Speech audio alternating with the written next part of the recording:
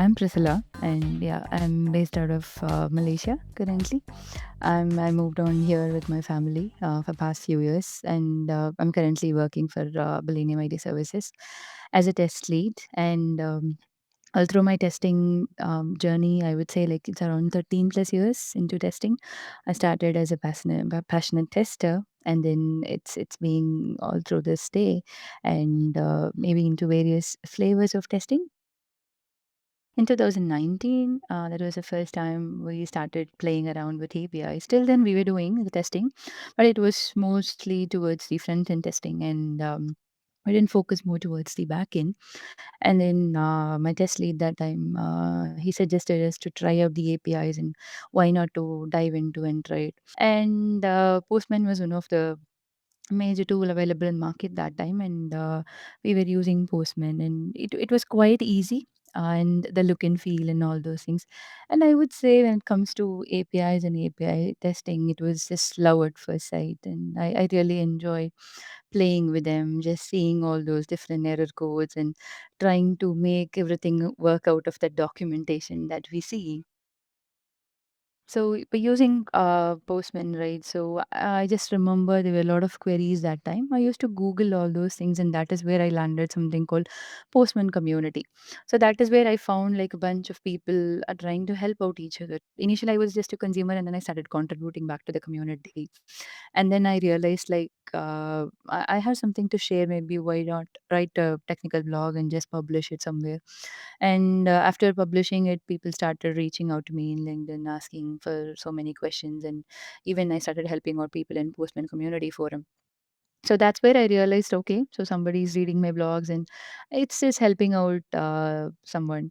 So I thought, why not just to try out for a talk? Then I started developing an internal talk. So I just conducted an internal session in my organization where we had a group of developers, BAs, or even non-technical people. But I think it was a good hit. Like everyone liked it, and they were so curious to know about APIs. And till then, people were not even aware, like even in our day-to-day lives, how many APIs that we have been communicating. So after that, I just started. Then okay, why not then to try outside? So I started doing online meetups. If I look at my first talk, I know I was in a grade that time, but all the technical details I shared, I think it really helped so many people. I was very happy after that.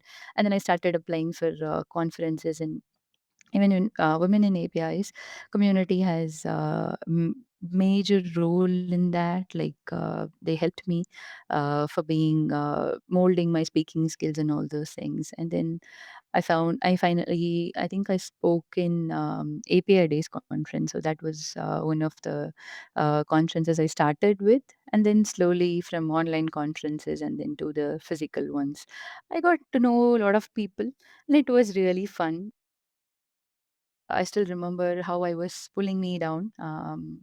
I know that I'm quite good and I have quite technical knowledge to share to people, but still I was just questioning myself whether I can do that, or whether people will be able to find any worth attending my talk, or what if somebody is mocking at me, or what if they're asking some questions and if I couldn't answer, like I don't want to be feel embarrassed and all those things. But then I finally thought, if they are not happy about my talk, or if they have some feedback, it's better to just get the feedback, work on it, and maybe just go for the next time and do it better, right? I just have my own brand, and it just talks about what I do, what I'm good at. So I'm not boasting or bragging here. So I thought personal brand is important for everyone. So all these blogging or technical talks or workshops that I did, right, it overall gave me a confidence, starting from the simple things to the complex Herculean things. Saying no is okay at times. Like you can definitely learn to say no politely, be kind to myself, and also be kind to others.